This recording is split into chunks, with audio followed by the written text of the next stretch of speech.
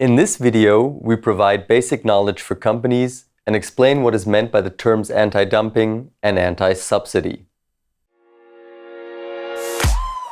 EP Zollspedition is your full-service agency around customs. And now zoll.tv with Philipp Ritterbusch.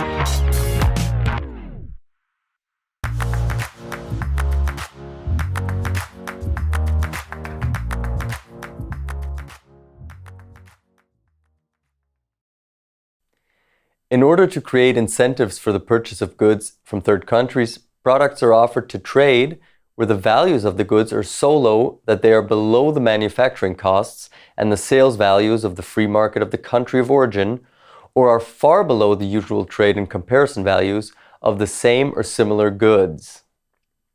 A consideration of these low trade values quickly gives the impression that these product values have been deliberately cheapened, i.e. dumped or illegally subsidized. The term dumping means exporting at knockdown prices, where the value of the goods is reduced by the supplier in order to find a more sales and to gain a possible illegal advantage over other suppliers. An illegal subsidy exists when the government of the country of origin provides a financial contribution for the production, export, or transportation of goods. Dumped or illegally subsidized market prices can lead to a significant shift in market and product flows and can harm sales of products from EU producers. This is neither in the interest of the industries concerned nor of the European market, which must be fundamentally protected. The European Union has the system of anti-dumping and anti-subsidy measures at its disposal to protect against the unlawful cheapening of goods or against unlawful subsidies. With an introduction of these measures, anti-dumping or countervailing duties are levied on imports in addition to the normal customs duties, which can be very high in some cases. Both measures can be applied to offset the unjustified price advantage and restore fair competition. Now, however, anti-dumping or anti-subsidy measures are not automatically applied immediately to every favorably negotiated and purchased product. Yet a trader or a purchaser of a product should definitely check before purchasing whether the products offered are subject to anti-dumping or anti-subsidy measures upon import. Application of these measures does not occur overnight and first requires an investigation. This requires certain conditions to be met and specific criteria to be fulfilled before the European Commission will initiate a very detailed investigation procedure.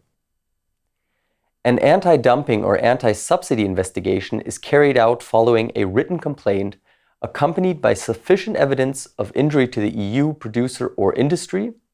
Where sufficient grounds and evidence are presented, investigations officially start with the publication of the Notice of Initiation in the Official Journal of the European Union.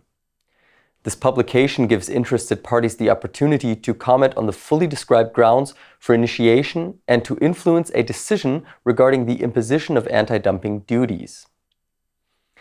The very specific details of the imposition and determination of anti-dumping duties on affected products or product groups, tariff lines, countries of origin or suppliers will be set out and announced in the relevant Commission implementing regulation. Provisional anti-dumping duties may already be imposed during the investigation.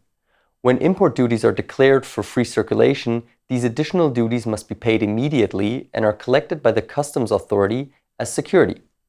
This security may also take the form of a bank guarantee, in this case payment via the approved deferment of payment, the so-called deferment accounts, is not possible.